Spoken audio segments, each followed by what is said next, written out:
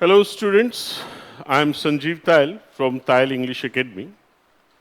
और जैसा कि आप जानते हैं कि अभी तक हम एक्टिव पैसिव वॉइस के 3 क्लासेस पूरी कर चुके हैं और अपनी लास्ट क्लास में, अपने लास्ट लेक्चर में हमने फ्यूचर इंडेफिनिट और प्रेजेंट कॉन्टिन्यूस के सेंटेंसेस को एक्टिव वॉइस से पैसिव वॉइस में चेंज किया था।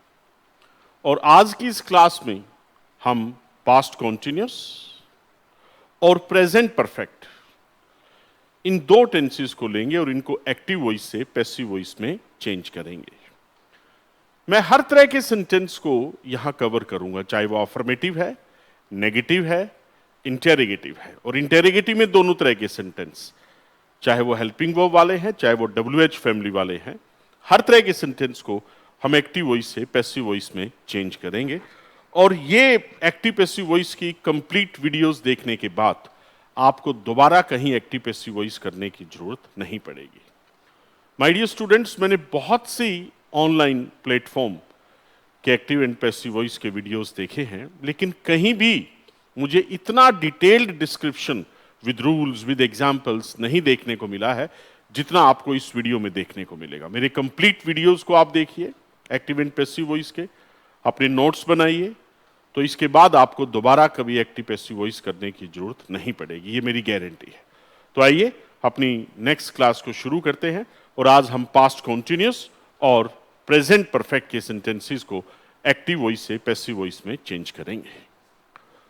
First sentence, he was laughing at the beggar. आप देखिए ध्यान से कि इस सेंटेंस में अगर आप देखें तो वर्ब के साथ एक प्रेपोजिशन है एट, वर्ब है लाफ और उसके साथ प्रेपोजिशन है एट एक्टिव वॉइस में। पैसिव वॉइस में ये प्रेपोजिशन साथ में ही रहेगी। और ये सभी सेंटेंसेस जो आपके सामने हैं ये पास्ट कॉन्टिन्यूस के हैं। और पास्ट कॉन्टिन्यूस का एक्टिव वॉइस में तो आपको वाजवर प्लस वर्ब की फर्स्ट फॉर्म के साथ आईएनजी देखने को मिलता है। लेकिन जब आप इसको पैसिव वॉइस में चेंज करेंगे, जब आप इनको पैसिव वॉइस में चेंज करेंगे तो आपको क्या करना होगा, was were plus being plus third form of the verb, was were plus being plus third form of the verb. ये पास्ट कॉन्टिन्यूस के पैसिव वॉइस में रहेगा। और ये बात मैं आपको बता चुका हूं कि एक्टिव वॉइस में जो हेल्पिंग वर्ब है वो हम सब्जेक्ट के अनुसार लगाते हैं और पैसिव वॉइस में जो हेल्पिंग वर्ब है वो किसके अनुसार लगाएंगे, जिस ऑब्जेक्ट को आप आगे लेके आएंगे उस ऑब्जेक्ट के अनुसार हेल्पिंग वर्ब का यूज होगा। और पास्ट कॉन्टिन्यूस के पैसिव वॉइस में हेल्पिंग वर्ब वाज वर है, बीइंग और वर्ब की third form. He was laughing at the bagger. मैंने आपको बताया था कि एक्टिव से पैसिव बनाते हुए सबसे पहले आप ऑब्जेक्ट को छाटिए। यहां ऑब्जेक्ट क्या है, the bagger.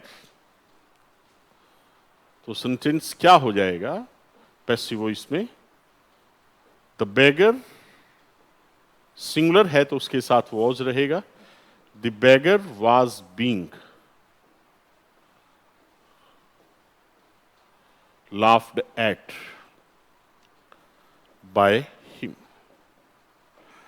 The beggar was being laughed at by him. At जो है वो वर्ब के साथ रहेगा, एट जो है वो साथ में रहेगा। The beggar was being laughed at by him. John was not teasing the baby, tease मतलब तंग करना, John was not teasing the baby.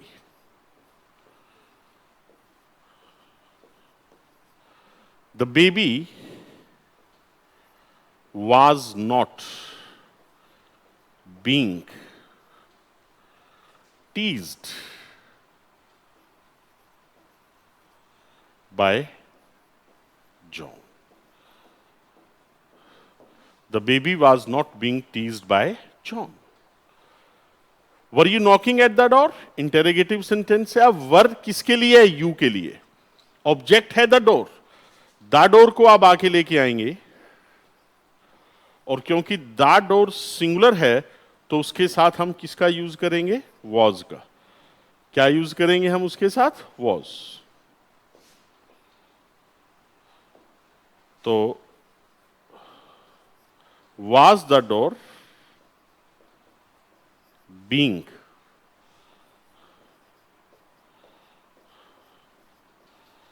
knocked at by you। Interrogative है एक्टिव वॉइस, तो पैसिव वॉइस भी इंटेरोगेटिव रहेगा। Were you knocking at the door, was the door being knocked at by you. What was he doing, what was being done by him. What was he doing? What was being done by him? तो ये these are 4 sentences जिनको हमने active voice से passive voice में change किया। What was he doing? What was being done by him? आप note कर सकते हैं, चाहे तो स्क्रीनशॉट ले सकते हैं इसका, चाहे तो अपनी नोटबुक में आप इनको नोट करके रख सकते हैं। What was he doing? What was being done by him?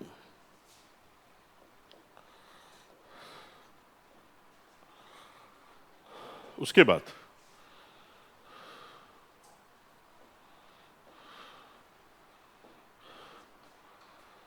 Let's move further.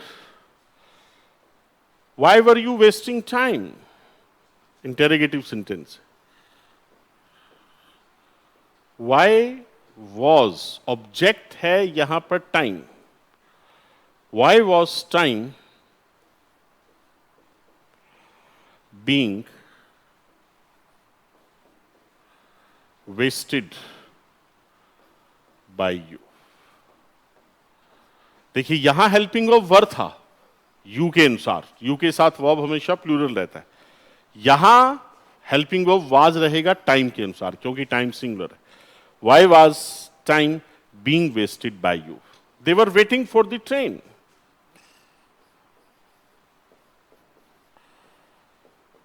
The train was being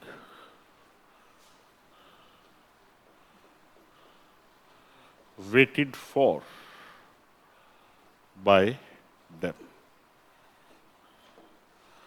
They were waiting for the train. The train was being waited for by them. He was not betraying his friend. देखिए betray का मतलब क्या होता है? धोखा देना। He was not betraying his friend.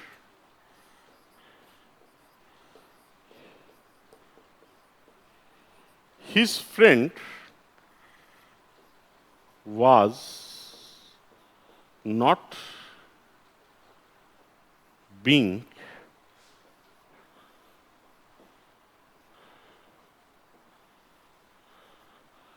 betrayed by him. He was not being betrayed by him. Betray मतलब धोखा देना।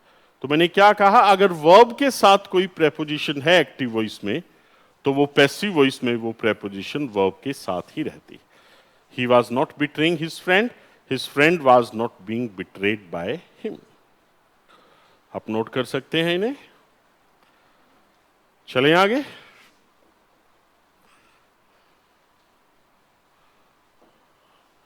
Next, the farmers were ploughing the fields. Object क्या है? The fields. The farmers were ploughing the fields.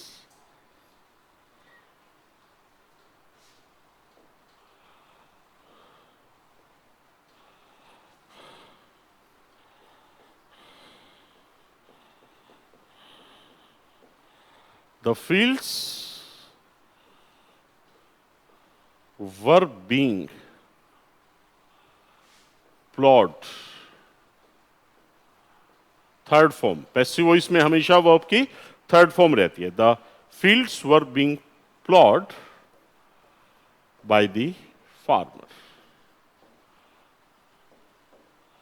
The fields were being ploughed by the farmer. सबको समझ आ रहा है? पैसिव पास्ट कॉन्टिन्यूअस के पैसिव वॉइस में हम was were plus being plus verb की third form. The peon was not posting the letter. The letter was not being posted by the peon. The letter was not being posted by the peon. Was he calling you? देखिए यहां पर was किसके लिए है? ही के लिए. आपने you object है उसको आगे लेके आना है तो उसके साथ क्या रहेगा? वर.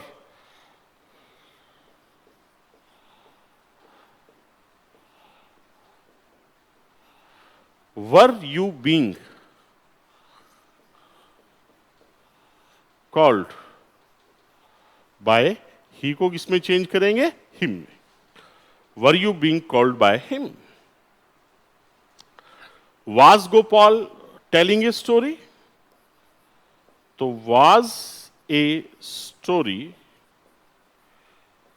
Being, was a story being told by Gopal.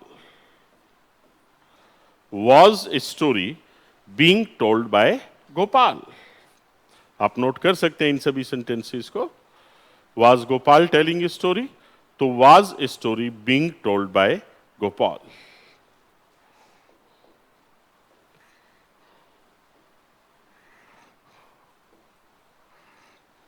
Next, the painter was not painting the picture. Object क्या है? The picture. The picture was not being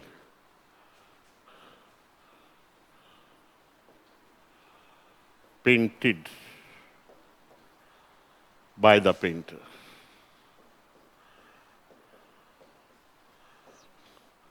The picture was not being painted by the painter. Why was he praising her? Why? Interrogative word है. हर को आगे लेके आएंगे, क्या रहेगा? She. और शी के साथ हेल्पिंग वर्ब क्या रहेगी? Was. Why was she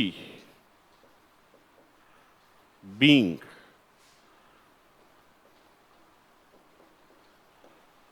praised by him? Why was she being praised by him? Praise मतलब प्रशंसा करना. Why was she being praised by him? Was she making a noise? तो was a noise being, make का third form क्या रहता है? made. Was a noise being made by her? Was she making a noise? Was a noise being made by her? Who was knocking at the door? Who को किसमें change करते हैं? By whom में. By whom was the door being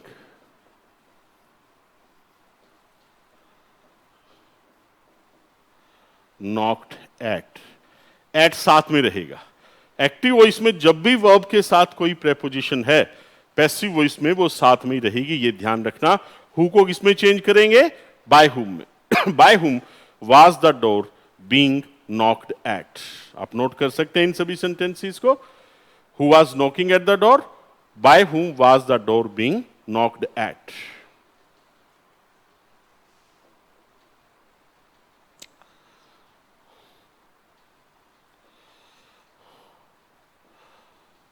Yes.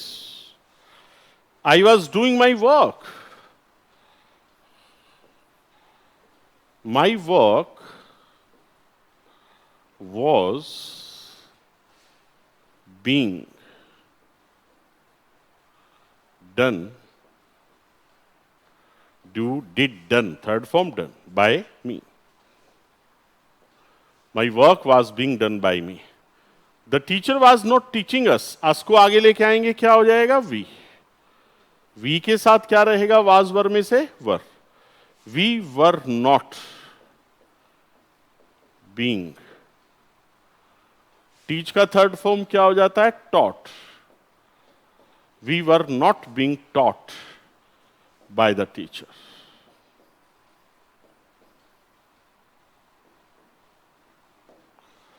The teacher was not teaching us, we were not being taught by the teacher.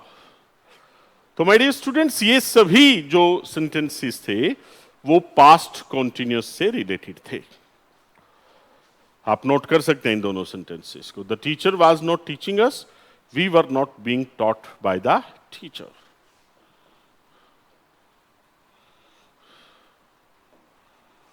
तो आगे present perfect देखिए, हमने present continuous के पैसिव वॉइस किए, पास्ट कॉन्टिन्यूअस के किए, और फ्यूचर कॉन्टिन्यूअस को हम पैसिव वॉइस में चेंज नहीं कर सकते हैं।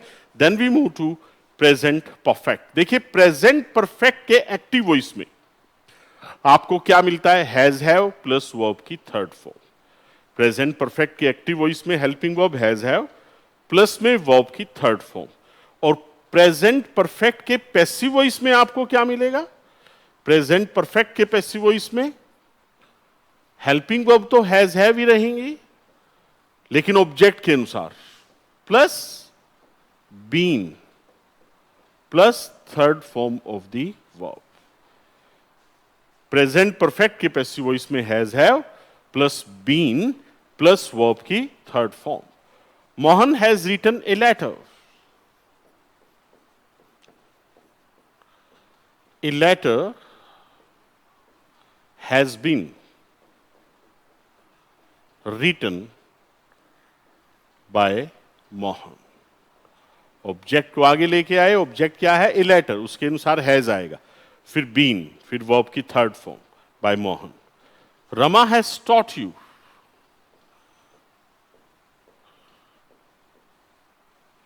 You have been taught by Rama. Rama has taught you, you have been taught by Rama. He has eaten a mango. A mango has been eaten by him. He has eaten a mango. A mango has been eaten by him. You have not done the work.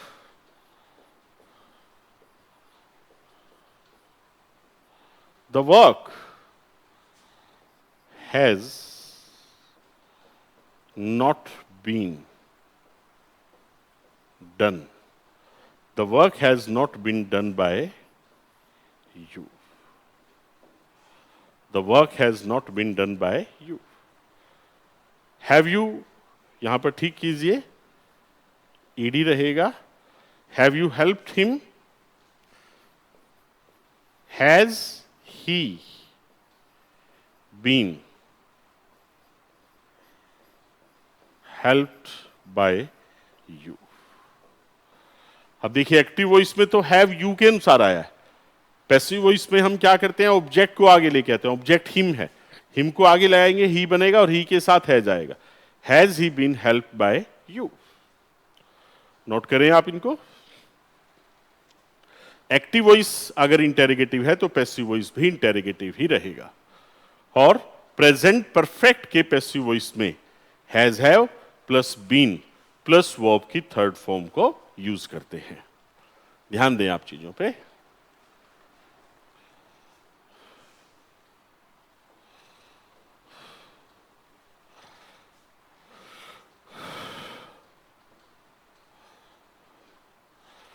Has he shut the door?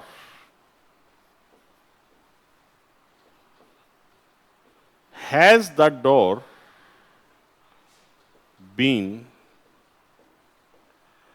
shut? Shut की third form shut ही रहती है। Has the door been shut by him? The cat has killed the mouse.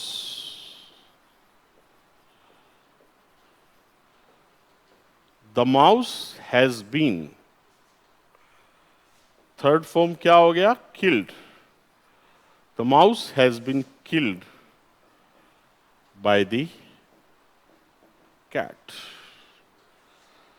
He has bought a coat from my uncle's shop. देखिए अब इसमें object ढूंढिए आप क्या। इस तरह के सेंटेंसेस पेपर में रहते हैं, एग्जामिनर आपको कंफ्यूज करने के लिए देता है।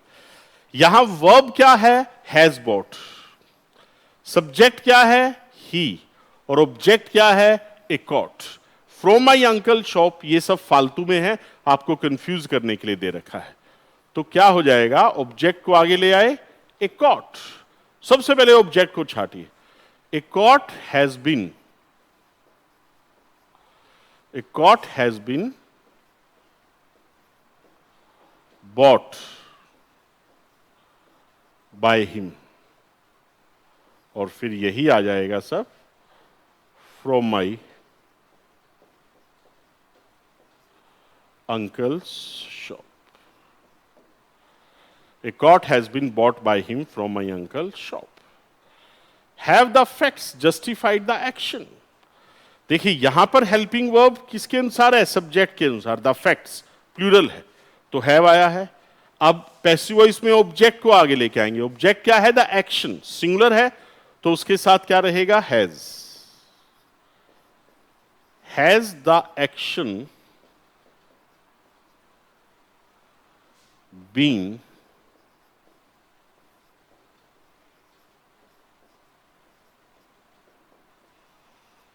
has the action been justified by the facts?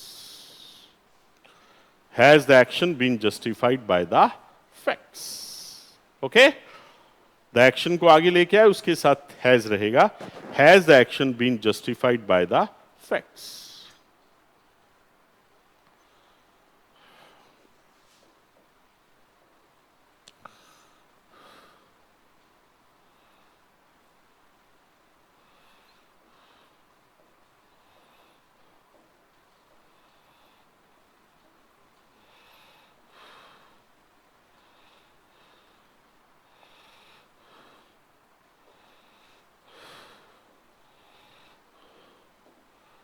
चलिए आगे बढ़ते हैं।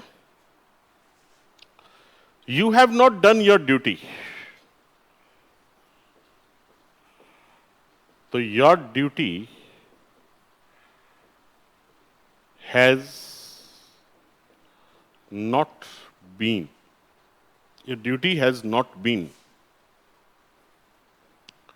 Done by you. Your duty has not been done by you. I have forgiven his fault.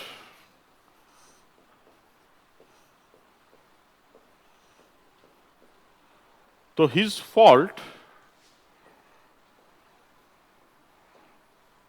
has been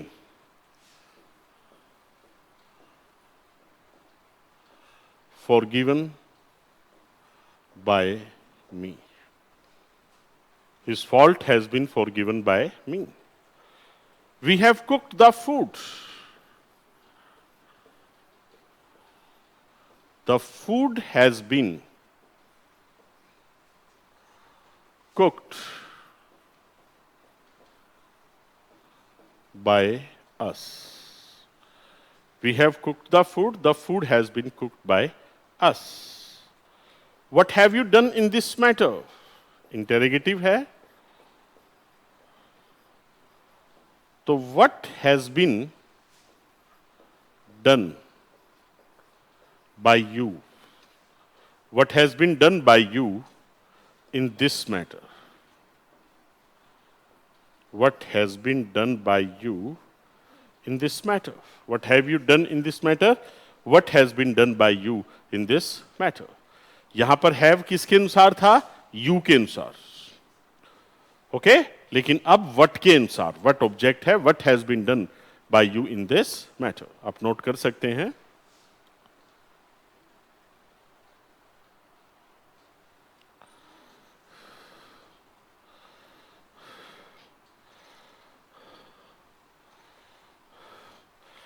Where have you placed the books? Where have the books been? Where have the books been placed by you? Where have you place the books, where have the books been placed by you. Have the books से पहले रहेगा। He has not spent all his money on clothes.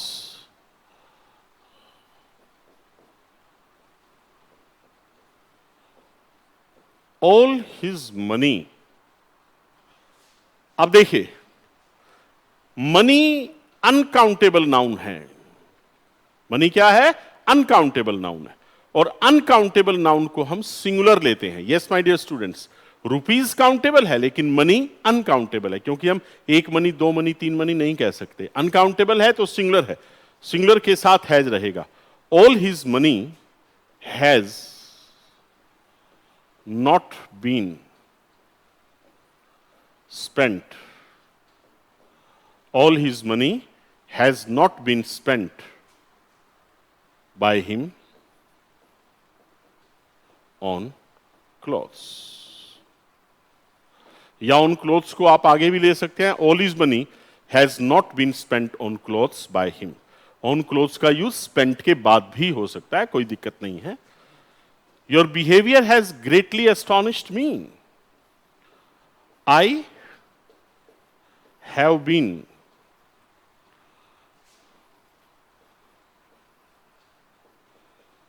greatly, I have been greatly astonished. Astonished होता है extremely surprised, बहुत ज्यादा आश्चर्यचकित रह जाना, भौचक्का रह जाना। I have been greatly astonished at your behavior. Yes, यहां कुछ अलग से आया, यहां हमने by का यूज नहीं किया है, at का यूज किया है। Yes, ये कुछ वर्ब्स होती हैं माय डियर स्टूडेंट्स, हम कुछ अलग से करेंगे। कुछ ऐसी वर्ब जिनके साथ पैसिव वॉइस में हम by की बजाय कुछ और प्रेपोजिशन यूज करते हैं, जैसे नो के साथ टू आता है ना, एस्टोनिश के साथ at रहेगा, लाइंड के साथ विद रहेगा, है ना, कंटेंट के साथ इन रहेगा, तो वो हम अलग से भी करेंगे। अभी आप समझिए कि एस्टोनिस्ड एट रहेगा, एस्टोनिस्ड बाय नहीं रहेगा। I have been greatly astonished at your behaviour. आप नोट कर सकते हैं इनको। Your behaviour has greatly astonished me, I have been greatly astonished at your behaviour.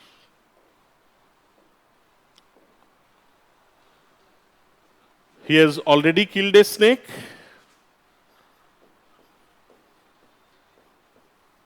A snake has already been killed by him. देखिए, चाहे already है चाहे never है, वो हैज, हैव और बीन के बीच में रहेगा। ऑलरेडी कहां है? हैज और बीन के बीच में, एक्टिव वॉइस में भी और पैसिव वॉइस में भी। He had never visited Bombay before, object है बॉम्बे। बॉम्बे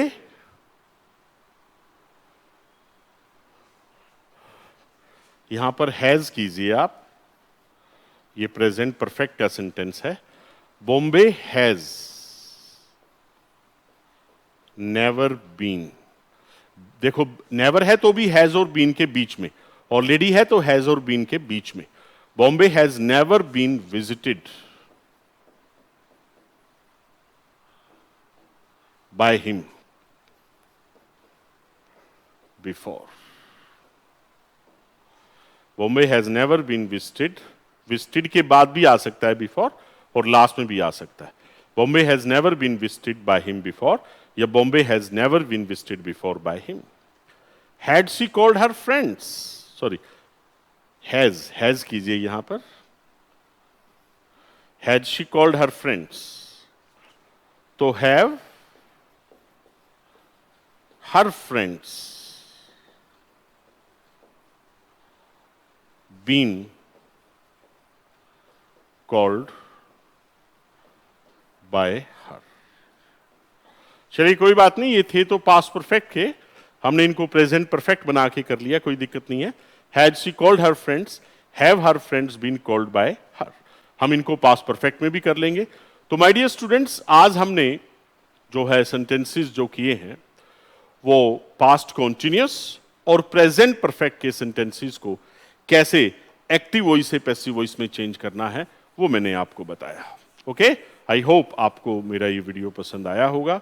तो आप सभी स्टूडेंट्स से ये रिक्वेस्ट है कि आप इस वीडियो को ज़्यादा से ज़्यादा शेयर कीजिए, हमारे चैनल को सब्सक्राइब कीजिए और अपनी आगे की क्लासेस को देखने के लिए अगर आप इंग्लिश ग्रामर की बाकी की क्लासेस को देखना चाहते हैं, बाकी के सभी टॉपिक्स आप करना चाहते हैं, तो आप प्ले स्टोर से ताइल एकेडमी के नाम से एक ऐप है वो डाउनलोड कीजिए, उसको सब्सक्राइब कीजिए ताकि आप कंप्लीट इंग्लिश ग्रामर को कर सकें।